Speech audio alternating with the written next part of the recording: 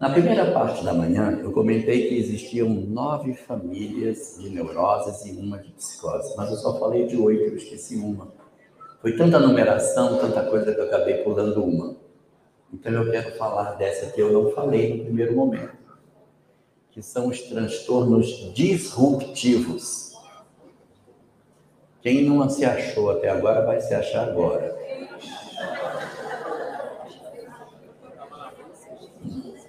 Transtornos disruptivos são os transtornos disruptivos são os transtornos que existem que levam a uma confrontação da pessoa com aquela com a qual ela interage. Então, existe um transtorno chamado TOD, transtorno obsessivo desafiador, em que a pessoa que possui esse tipo de comportamento, ela adora desafiar, ela faz de propósito, ela faz para desafiar o outro. Então, por exemplo, a família se organizou, está todo mundo pronto para viajar amanhã, todo mundo no carro, todo mundo já colocou as malas, todo mundo já está dentro do carro, já está mãe, pai, os avós, os irmãos, todo mundo já está pronto para entrar. E a criatura diz, não, mas eu não quero ir, eu vou ficar dormindo. E está todo mundo no carro já, tá tudo, já passou de meio-dia, já está todo mundo, já tomou café, já arrumaram as malas, está tudo no carro. E a pessoa diz, não estou com vontade de ir, eu vou ficar. E a pessoa tem 12, 13, 15 anos. Se fosse maior, você até podia dizer, se é maior de idade, você fica, a gente vai, né? Mas é menor, então você não pode nem fazer isso. Isso existe muito na escola. Transtorno opositor desafiador, TOD. Então, esse transtorno, ele leva a um desgaste muito grande. E do outro lado, ele gera burnout, porque você tem um desafiador de um lado e a pessoa chega num ponto que ela não aguenta mais. Então, nessa família de transtornos, a gente tem esse transtorno opositor desafiador, e tem um segundo transtorno muito comum, que é a piromania. A pessoa botar fogo nas coisas. Ela põe fogo, é uma forma de afrontar. Então, ela põe fogo e ela tem prazer, quando ela está queimando as coisas assim, dá prazer nela de ver que ela está pondo fogo nas coisas, está queimando as coisas. E é o prazer de ver que aquilo vai gerar problema para os outros. Ela põe fogo de propósito para ver as pessoas preocupadas com o fogo que ela botou. Tem vários transtornos aí. Tem um chamado também transtorno de conduta, que são as pessoas que no trânsito brigam com todo mundo, agridem as pessoas, ofendem os outros. Está me olhando por quê? Por que está me olhando? O que foi? Transtorno de conduta. Está dentro desse conjunto dessas neuroses, que são as neuroses relacionadas com os aspectos disruptivos, ou seja, eu não faço a menor questão de ser amistoso com você. Então, os transtornos disruptivos são todos os transtornos em que eu sinto prazer em romper com você. Eu gosto de fazer com que você se sinta agredido pela minha presença. Então, isso é um ponto que a gente acabou não abordando no começo, abordando agora, e eu queria destacar 2 dentro dos processos psicóticos que a gente acabou não falando. Um deles é o psicopata mesmo, que hoje não está sendo mais usada essa terminologia, porque todo mundo que tem psicopatia é um psicopata. Então, para não ficar confuso, ninguém está usando mais esse termo. Agora está se usando transtorno antissocial ou transtorno sociopata. São pessoas que elas não têm o menor sentimento com relação ao outro. Ela engana, ela rouba, trapaceia, mente com uma realidade, você precisa ver, são super inteligentes, enganam você, levam o seu dinheiro, aí você vai cobrar e ele consegue convencer você a emprestar mais. Então esse é o chamado antissocial, o sociopata. Eles são muito habilidosos e para quem pensa que eles estão presos, não se iludam. Apenas 30% comete crime, 70% sai fora, exercendo funções na sociedade, são gerentes, são pessoas que sobem nos outros para alcançar a posição, eles às vezes ocupam cargos de mando no país, eles conseguem subir porque eles não têm sensibilidade com a dor do outro, eles são indiferentes ao sofrimento das pessoas. Às vezes até se voltam para lados religiosos, mas eles são pessoas que exploram a fé dos outros. Também o transtorno pode levar pessoas a encontrar nesse nicho um excelente local para obter os seus interesses, que é enganar as pessoas e ter vantagem sobre tudo isso. E o último transtorno que eu queria comentar, para a gente poder passar para a segunda parte, é o transtorno do espectro narcisista, que é um comportamento no qual a pessoa, ela não se interessa pela dor do outro, ela tem prazer de explorar a pessoa. Então, você tem uma mãe narcisista, é uma mãe que nunca põe você no colo, ela nunca lhe agrada, ela nunca lhe cuida, ela não faz nada por você, mas ela quer que você a sirva, então ela cobra. Geralmente, mães narcisistas, pode ter pai, marido narcisista, tudo isso. Uma mãe narcisista, ela escolhe um filho para ser aquele que ela vai explorar. Então, ela não casa, esse filho vai servi-la durante toda a vida. Ela subjuga essa pessoa. Você é feia, você é ridícula, ninguém vai casar com você, você é horrorosa, nunca ninguém vai querer se interessar por você, é uma pessoa imprestável. E cobra dessa pessoa de maneira tão violenta que ela torna a outra pessoa dependente dela. Impõe uma culpa miserável na outra pessoa que não consegue ter um namorado, não consegue casar. Você vai casar? Vai me deixar? Não vou deixar. Atrapalha, conspira contra a felicidade dos filhos. Dificulta com que eles sejam felizes. Se os filhos conseguem alguma vitória, ela quer que a vitória seja dela. Para o filho passando no vestibular, não, mas a vitória é minha, porque quem colocou na escola fui eu. Ele só foi para a escola e tirou nota boa porque eu sou uma mãe dedicada. Existem mães narcisistas que, quando a filha casada visita a mãe, ela obriga a filha a dormir com ela na cama e o marido dorme no outro quarto, mas ela não permite que a filha fique com o marido. E muitas vezes os filhos, para poder ter um pouco mais de tranquilidade, eles têm que mudar de cidade para poder ficar longe da influência da mãe extremamente dominadora. Às vezes é marido, né? E uma das grandes características do narcisista é que quando ele sente que ele está perdendo a vítima, ele muda de personalidade. Eu vou mudar, eu nunca mais vou fazer o que eu fiz com você. Eu reconheço agora que você é muito importante na minha vida. Então, aí ele muda.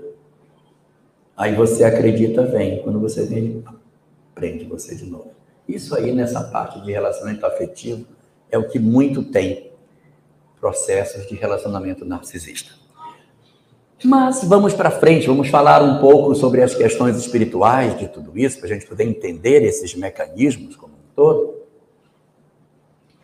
E esses processos que a gente hoje vê relacionados com os dramas desse variado espectro que a gente está vendo, eles possuem raízes diferentes, mas elas não são de maneira que a gente diga assim, olha, esse transtorno é por isso, esse é por isso, esse é por isso, porque existem várias causas para vários fenômenos, mas não existe uma relação bionívoca. A burnout é por causa disso, a síndrome do pânico é por causa disso. A gente tem um conjunto de causas e tem um conjunto de transtornos. E essas causas é que dão origem a esses transtornos, ok? São, na verdade, 9 causas que a gente tem e que promovem, anota aí, são 9 causas. São 9 causas, vê se vai ficar mais fácil, ninguém vai se perder.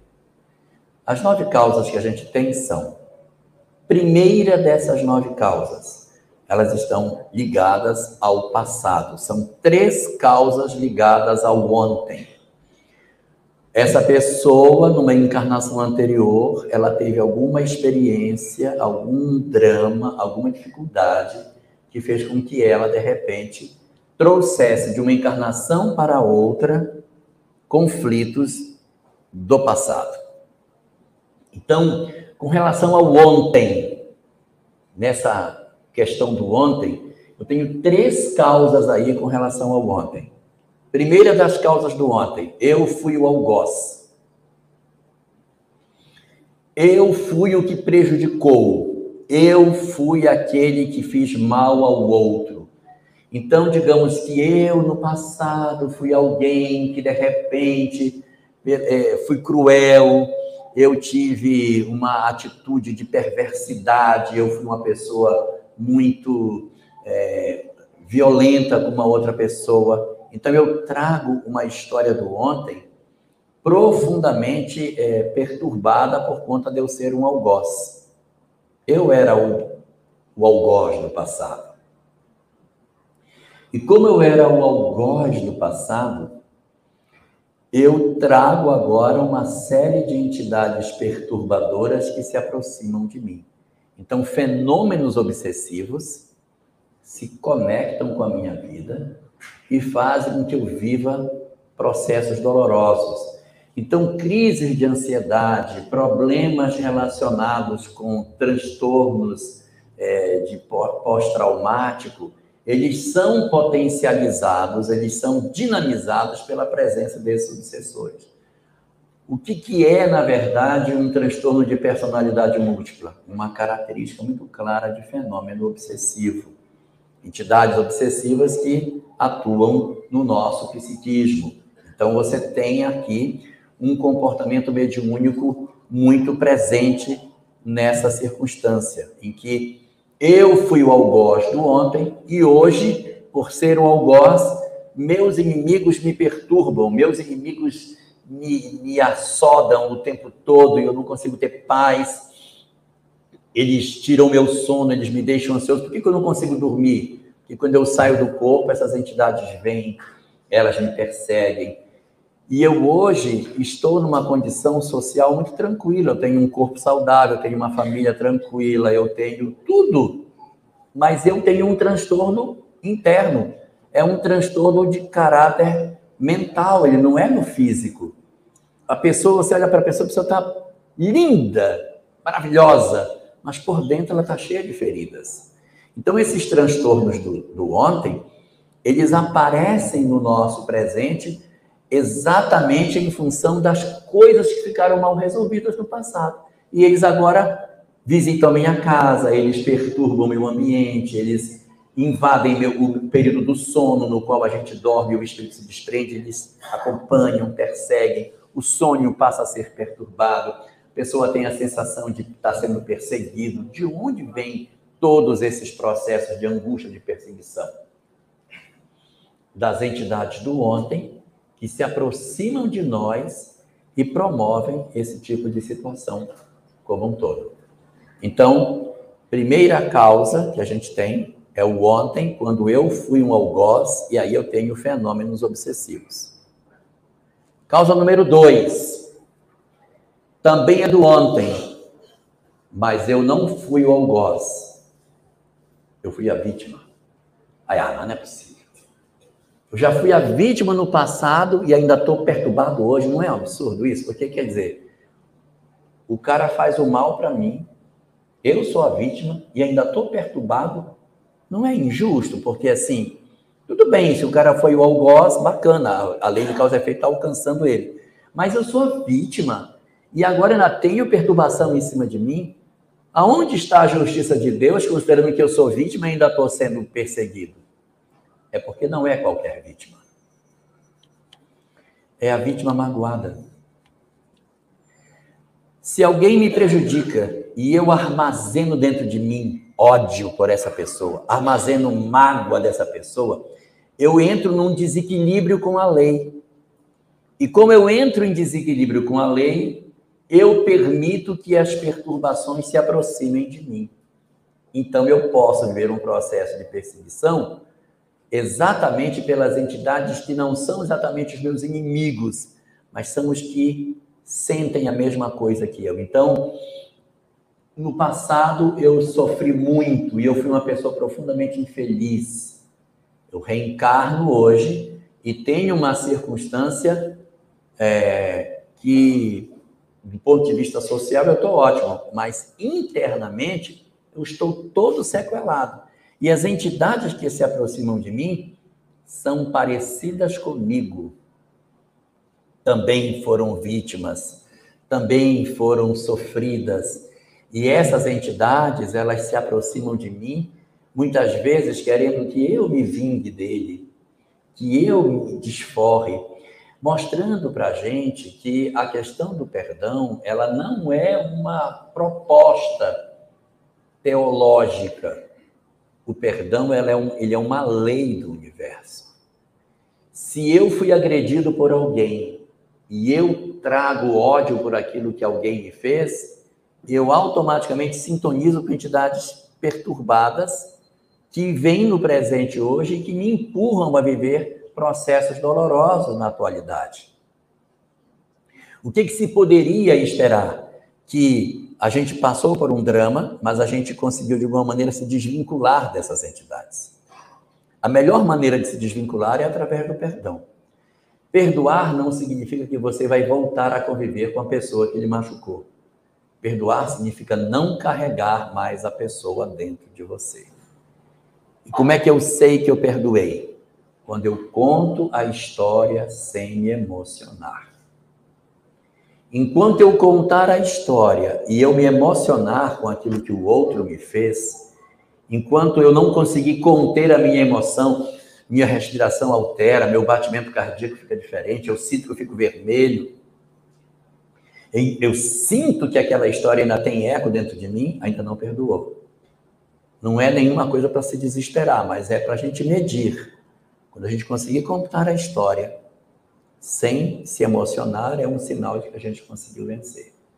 E muitos de nós podemos dizer assim, mas como que eu vou perdoar uma pessoa que me fez tanto mal? Isso não está certo. Porque ele fez tanto mal para mim, eu ainda vou e perdoo. Eu não vou perdoar que me machucou, é certo isso? Porque nós temos uma leitura de que o meu perdão tira do outro a culpa. E o que a doutrina espírita diz é que o perdão não tem o poder de tirar a culpa do outro, porque cada um de nós carrega dentro de si as culpas daquilo que fez. Quando eu faço alguma coisa de errado, sou eu que carrego dentro de mim as culpas que eu tenho. Nós não podemos pensar assim, quando A perdoou B, dissolveu todas as culpas. Não, dissolveu o vínculo entre essas criaturas, mas não as responsabilidades. Eu vou dar um exemplo. Jesus passou na mão de Pilatos, Herodes, os crucificadores, os sacerdotes, aquela coisa toda. Jesus precisou reencarnar irmão deles, primo, cunhado, parente de alguém, foi irmão de Pilatos, pai de Herodes, primo de Judas? Não. Por quê? Porque ele perdoou. Então quer dizer que quando ele perdoou, Pilatos ficou sem culpa, Herodes ficou sem culpa, todo mundo ficou sem culpa? Cada um encontrou, sei lá com quem, formas de se recuperar. Mas ele não precisou reencontrar. É isso que é o perdão. Então, quando eu perdoo, eu posso me retirar da cena e viver outras histórias.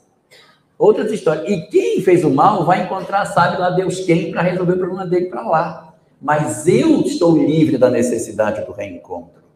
É para isso que o perdão serve. Então, a gente conceder perdão é a nosso benefício, não é a benefício do outro. Eu não vou dar porque ele não merece, mas você merece.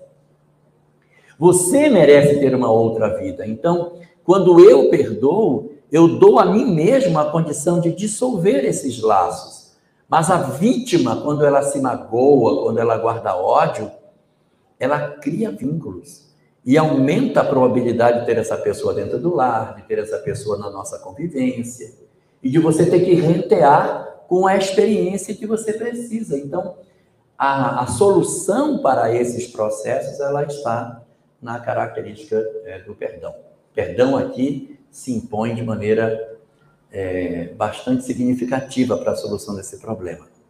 Mas é um drama do passado. Então a gente ora por essas entidades. A gente não faz orações. Senhor, arranque esse pessoal que está aqui na minha casa, prende esses espíritos. Não se ora assim. aprisiona essas entidades num calabouço para que elas nunca mais me achem, fura os olhos deles. Nossa, não é assim, que a gente não funciona desse jeito. A gente, quando ora pelos espíritos, a gente tem que orar como quem ora por um irmão.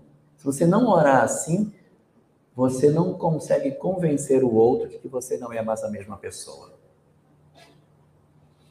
E a terceira causa que a gente tem para fenômenos do ontem não é nem quando eu fui algoz e nem quando eu fui a vítima magoada. É quando eu tive um grande parceiro igual a mim no ontem e que ele está comigo no presente. Ele não é meu inimigo. Ele é meu grande parceiro perturbador. Então imagine que eu tive no passado um grande parceiro sexual, profundamente perturbado que nem eu. Aí hoje eu encarno numa situação diferente, com a possibilidade de tentar, de certa maneira, resolver a minha vida. Não ser promíscuo, que esse é o grande problema nosso. O grande problema nosso é promiscuidade. Se você elege uma pessoa para ser o seu companheiro, sua companheira, você elege alguém e vive com esse alguém em regime de fidelidade, que progresso gigantesco a gente faz. Então, o que a doutrina espírita nos aponta é a necessidade de nós sermos leais aos nossos parceiros. Lealdade. Escolhe alguém que você ama, dedique a essa pessoa e viva com ela em regime de amor, de cumplicidade. É isso que se quer. Mas a promiscuidade é que é o grave problema nosso. Então, às vezes, a gente vem de uma existência anterior com uma série de interesses na área da sexualidade totalmente promíscuo. Então, hoje eu tenho perturbações espirituais que me acontecem que não são de inimigos espirituais. Não são. São meus grandes amigos espirituais. São grandes parceiros do passado. Não, você não vai querer mudar agora, né? A gente fez tanta coisa junto, vai continuar fazendo. Então, a gente vai continuar bebendo, a gente vai continuar com a vida que a gente sempre teve.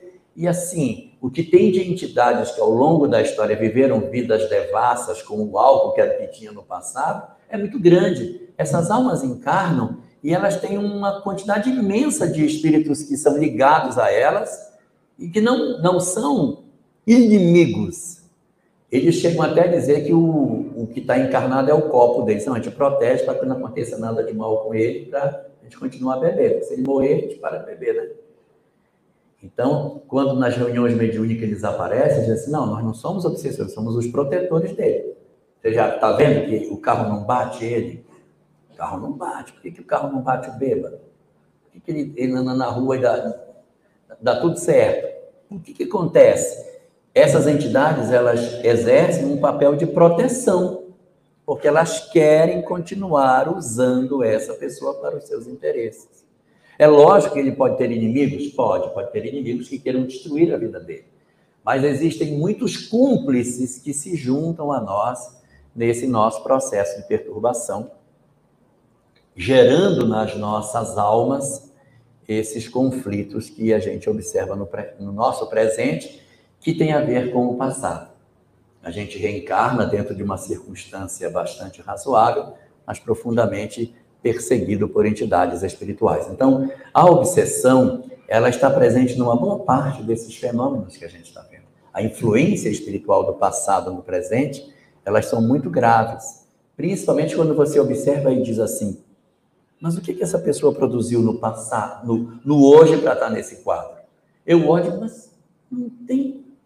Esse processo depressivo não tem raiz agora. Tem uma família organizada, tem pais que amam. O que está acontecendo? Aí diz Allan Kardec, se a gente não encontra causas no hoje, a gente tem que ir para o ontem. Então a gente só vai para o ontem quando não encontra causas no hoje. Não tem no hoje, as causas estão no passado. Então aí eu tenho 3 causas aí colocadas.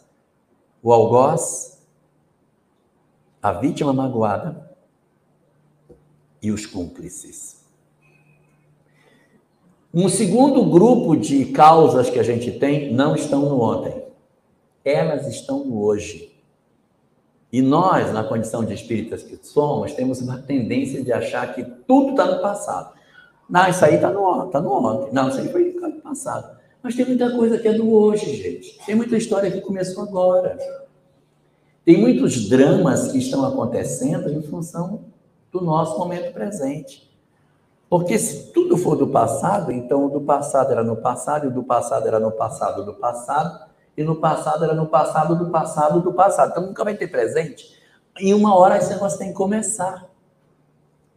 Então existem dramas que a gente está vendo, transtornos mentais, que nasceram nesta existência.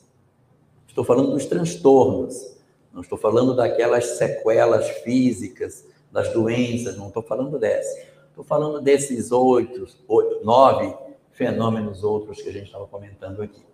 Então, essa situação do hoje ela é muito presente. E uma boa parte dos conflitos que a gente vive do hoje decorre de 3 causas também, mas só que do hoje. A primeira delas, o algoz. Nós somos o algoz. Mas se nós somos o algoz, qual é a diferença que a gente tem do algoz do passado para o algoz eu hoje? É um fenômeno chamado culpa. O que tem companheiros de hoje que carregam uma culpa, tanto do passado como do hoje, meu Deus, pessoas que durante a adolescência desenvolveram determinados comportamentos e hoje se envergonham do que fizeram e que carregam uma culpa muito grande, precisando um exercício de auto-perdão e de auto-acolhimento para que elas consigam se resolver. Então, às vezes, na adolescência, você viveu determinadas experiências afetivas, se envolveu com determinadas pessoas, viveu histórias afetivas que você nem quer lembrar das coisas que aconteceram. Então, hoje você vive conflitos em função do que você olha pelo retrovisor e lembra do que aconteceu. Então, a gente precisa de um trabalho de auto-perdão, de autoaceitação. E o melhor instrumento para a gente fazer o trabalho de auto-perdão e autoaceitação é compreender que nós não somos mais a pessoa da adolescência. Que se você na adolescência cometeu um desatino, você olha para trás e pergunta, hoje eu cometeria isso? Não, não faria mais. Então você não está mais na posição que estava no passado. Nós não somos medidos na lei de causa e efeito por aquilo que nós fizemos. Nós somos medidos por aquilo que nós somos. Porque se eu tiver feito uma série de bobagens, mas eu não sou mais o que eu fui, por que a lei de causa e efeito tem que me punir? Se a gente pega a obra 2000 anos, a gente vai ver que Públio Lentulus, no passado, foi Públio Lentulus Sura, o bisavô dele, que cegava as pessoas. Aí eu pergunto, Emmanuel hoje tem conflito por conta da cegueira que ele produzia? Não tem. Por quê? Porque ele tem uma história por cima daquilo que ele fez, que de certa maneira compensou as coisas erradas que ele praticou. Então nós, na nossa vida, nós não somos medidos pela lei de causa e efeito por aquilo que eu fiz lá atrás, mas por quanto eu estou hoje. Então, se uma pessoa, de repente, tomou uma atitude impensada quando era jovem, e hoje ela mudou completamente, e ela tem uma visão completamente distinta, aconselha as filhas a não fazerem igual, orienta outras pessoas a não fazerem a mesma coisa, e impulsiona os indivíduos a terem uma história diferente, ótimo. Tem grande chance de essa pessoa, quando a lei de causa e efeito chegar, vai encontrar aqui em cima. Então, ela não tem por que ir buscar a pessoa lá embaixo. Agora, se eu, na adolescência, cometi um ato e atravesso toda a minha existência validando o ato que eu fiz, tentando me justificar do que eu produzi, e hoje eu continuo com a mesma linha de pensamento, ainda oriento outras pessoas a fazerem o mesmo que eu fiz, onde eu estou, Cidinha Mota? Eu estou muito próximo do meu psiquismo de quando eu me equivoquei. Então, a lei de causa e efeito vai me alcançar lá embaixo e não mais em cima. E isso é essencial para que a gente consiga verdadeiramente entender como é que funciona a lei de causa e efeito. A lei de causa e efeito não é para punir, é para educar. Tudo que eu faço em sentido da minha educação colabora para que, quando a lei me alcance, ela alcance de maneira mais branda. Então, a culpa, ela não nos ajuda, ela nos complica. Ela é que produz bloqueios do passado, que produz essa tentativa de a gente não querer lembrar o que aconteceu, que repetido no ego durante tantas vezes acaba bloqueando o ontem e fazendo os processos de esquecimento que a gente encontra na nossa sociedade, conforme diz Calderaro no livro No Mundo Maior, de André Luiz. Então, você vai encontrar aí o entendimento dessa dinâmica, de como é que a culpa funciona. Muitos, mas muitos dos fenômenos que a gente tem, de aspectos dos transtornos, estão calçados na culpa. Eu sinto culpa, e a culpa transfere para dentro da pessoa, construindo processos psicológicos de medo, de ansiedade, de angústia, de pânico, em função de culpas que a gente desenvolveu. De outras vezes, esses processos são clichês mentais. Histórias que aconteceram no passado e que as experiências do hoje, elas acordam isso no nosso inconsciente. Eu não consigo lembrar o que é, mas eu tenho pavor. Então, digamos, eu tive uma história no passado que eu tive um filho sequestrado. Está lá no meu inconsciente. No momento presente, eu tenho hoje uma história que remete a lembrar alguma coisa nesse sentido. Então, eu tenho pavor que meu filho saia sozinho, tenho medo que vai acontecer alguma coisa, porque tem resíduos no inconsciente da história que a gente não conseguiu trabalhar. Então, os clichês do ontem também se apresentam no hoje. E quando no hoje acontece uma história qualquer, eu já começo a me sentir como que dentro daquela história novamente. Uma outra situação que a gente tem é a vítima. Novamente a vítima. É um quinto modelo. Eu sou do hoje, mas é a vítima. Eu sou a vítima e eu me vitimizo. Ai de mim, coitadinho, tem tanta pena de mim, coitado. E aí eu utilizo do vitimismo como estratégia de vingança. Então tem muitas pessoas que quando acontece uma determinada situação, para que eu me vingue de você, eu fico me sentindo mal. Ai, minha vida acabou depois que você foi embora. Aí a pessoa nunca mais pinta o cabelo, passa a usar aqueles hobbies de Fortaleza, sabe? Aquelas batinhas de Fortaleza. Uma batinha de Fortaleza. E não sai mais de casa. Que é para que o outro tenha a notícia de que ele desgraçou a vida da pessoa. É uma estratégia de vingança isso. Então, às vezes, a gente se lança num processo de depressão, se joga dentro de um mecanismo de autoculpa para que o outro diga, coitada da fulana, olha o que você fez com ela, a bichinha tá ruim, volta para ela. Então, ai, não precisa voltar não, tô bem. Mas é uma estratégia de vingança. Só que tem um problema. Mecanismos de origem mental, você pode começar sozinho, mas termina acompanhado. Porque você começa querendo criar um quadro mental de tristeza e quando você se dá conta, você foi colhido pelas entidades espirituais que se vincularam a você. Aí o negócio complica. Então, a gente pode sim ingressar num fenômeno de hipocondria, num processo de depressão, num fenômeno de isolamento, que são fenômenos ligados a uma tentativa de chamar a atenção do outro. E quando a gente percebe, nós estamos envolvidos em processos de perturbação espiritual que destroem em nós todas as possibilidades da gente conseguir voltar ao nosso eixo de equilíbrio. Então, nas condições do hoje, eu tenho o algoz movido pela culpa. Eu tenho a vítima que procura se vingar através das estratégias que ela tem. E tenho a cumplicidade de novo. As mesmas construções do ontem acontecendo de novo agora. Eu estou em processo de perturbação em função das minhas companhias espirituais. Sou eu que estou elegendo hoje. Estilo de vida que eu levo, eu me vinculo a determinadas entidades que passam a fazer parte da minha vida, que se divertem junto comigo, e eu não percebo que os encarnados que fazem parte da minha tribo e os desencarnados, eles são os que vão promover os distúrbios que, de repente, nem era o que eu gostaria de fazer. Então, a gente passa a se vestir de uma certa forma, a gostar de um tipo de roupa, um estilo de vida. E quando eu me percebo, eu fui colhido pela identidade do grupo que eu tenho. Então, existem muitos transtornos da atualidade que eles acontecem por conta do hoje, não é o passado, é a maneira como a pessoa hoje vive. Ela fez uma eleição. E por que ela faz essa eleição?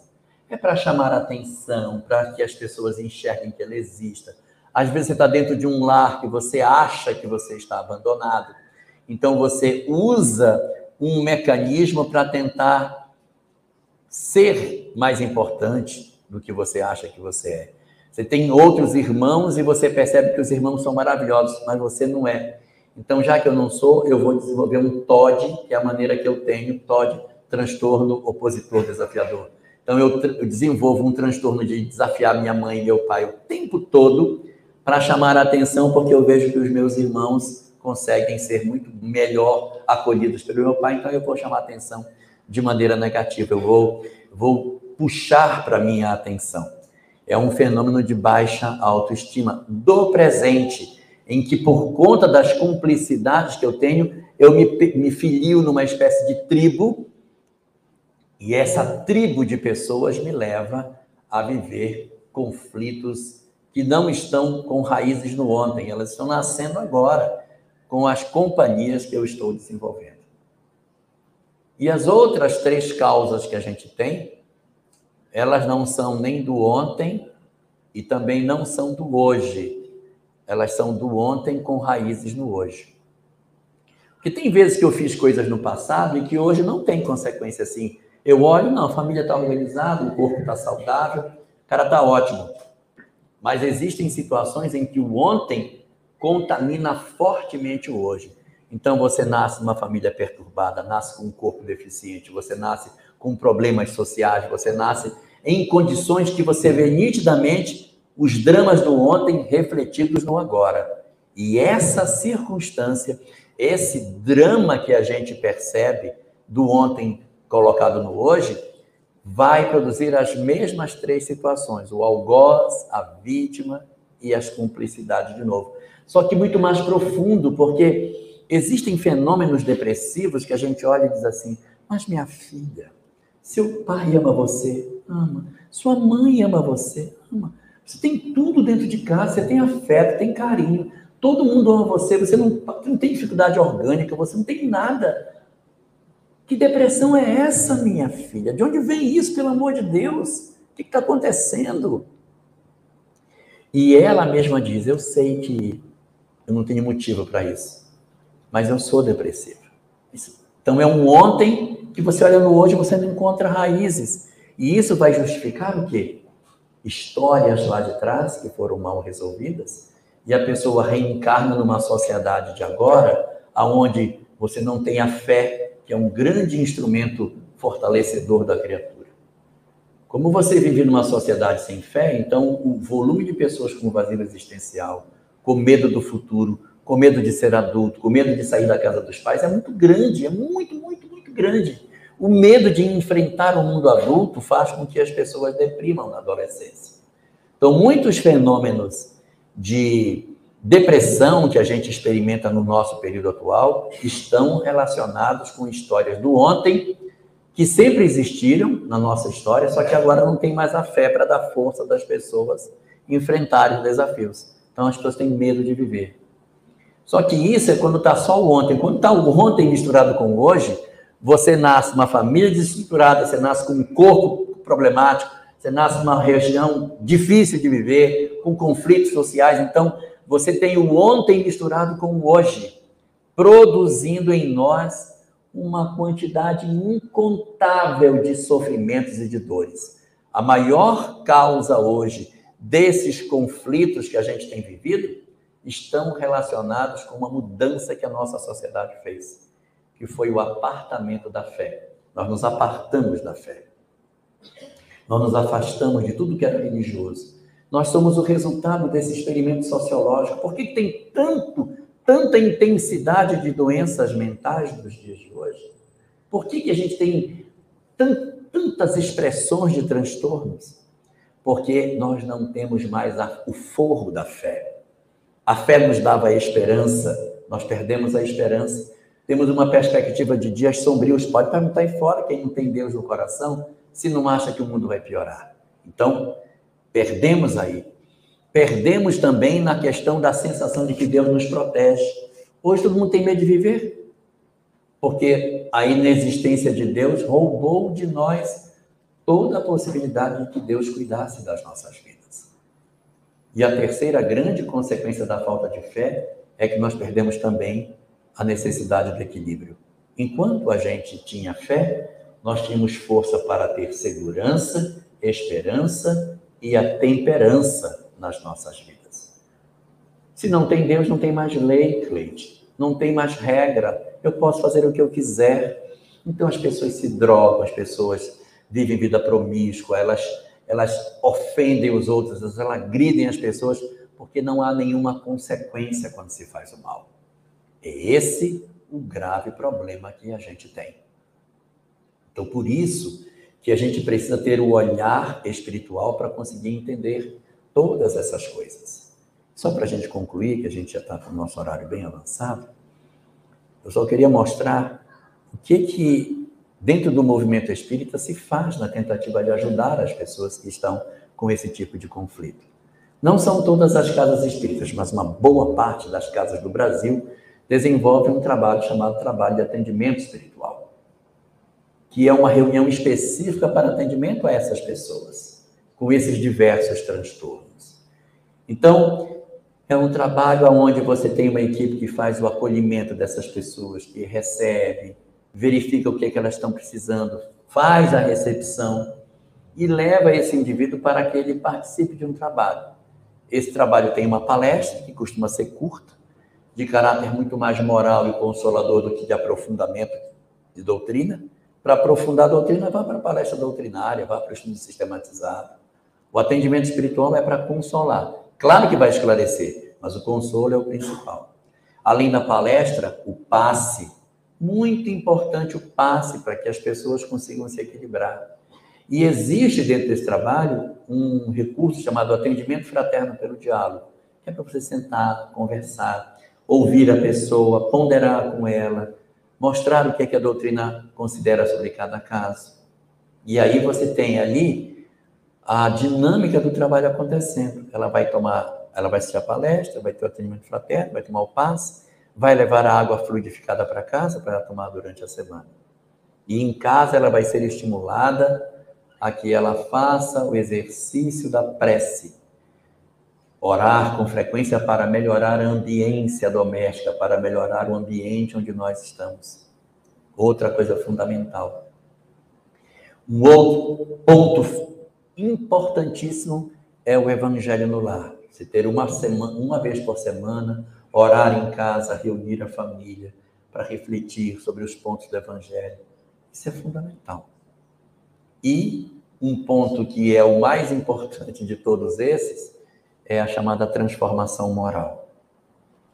A transformação moral é o elemento mais importante, porque de nada adianta a recepção, a palestra, o atendimento fraterno, o passe, a água fluidificada, a oração, o evangelho, se a pessoa não se transformar. Ela precisa realizar um trabalho de mudança interior para que ela se desconecte das entidades que estão vinculadas a ela. Como se fosse uma tomada que você arranca, tira da tomada a nossa mente das tomadas mentais que podem estar nos estimulando. Então, é a transformação que vai fazer isso. E uma coisa muito bela que esse trabalho possui é o atendimento através da reunião mediúnica. As pessoas nem sempre sabem, mas paralelo aos trabalhos de atendimento espiritual, costuma ter uma reunião mediúnica que leva o nome das pessoas para lá. E as entidades vinculadas àqueles que estão em processo de atendimento são acolhidas nessa reunião. Então você conversa com os obsessores, conversa com as pessoas envolvidas no drama de cada um para ajudar, porque a terapia espírita ela se desenvolve nos dois lados da vida, cuidando da pessoa do lado de cá e a pessoa do lado de lá. O trabalho de atendimento espiritual ele é muito importante, mas ele não prescinde de um terapeuta e não prescinde de um psiquiatra. Ninguém pode pensar que o atendimento espiritual vai nos eximir das necessidades de procurar um médico ou um psicólogo para o atendimento. Tem situações que precisam obrigatoriamente entrar com medicação para que possa diminuir a intensidade dos dramas que a pessoa vive. Então, o terapeuta é a pessoa adequada para avaliar e verificar se você tem que ir para um psiquiatra para a administração de um medicamento específico. E o atendimento espiritual vai cuidar dessa parte mais voltada para o entendimento, para o fortalecimento da fé, para a reconstrução dos canais de conexão do indivíduo com a espiritualidade, promovendo em todos nós a sanidade que a gente tanto precisa. E é dentro dessa dinâmica que a gente percebe que a doutrina espírita tem um papel fundamental na transformação da sociedade em que vivemos, e fica aqui uma convocação para que as instituições espíritas do Brasil como um todo, que elas se preparem, que elas se estruturem para oferecer esse tipo de atividade dentro do nosso movimento, porque a dor está muito grande na Terra e nós temos um material extraordinariamente lindo para oferecer e nós não podemos ficar de mãos cruzadas, dos braços cruzados, vendo tanta dor, tanto desespero, quando a gente tem tantos instrumentos a nosso favor. Desejo, portanto, a todos nós um final de domingo maravilhoso. Que Deus abençoe a todos nós e que a gente consiga efetivamente se aproximar desse conhecimento cada vez mais e usar esse recurso maravilhoso.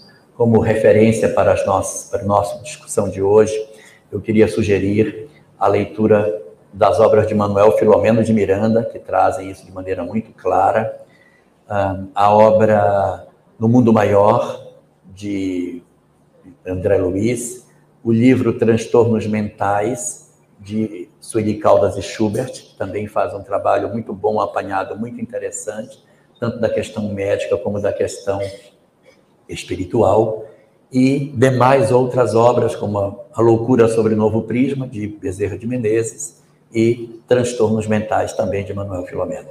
Muito obrigado a todos e uma boa tarde para todos nós.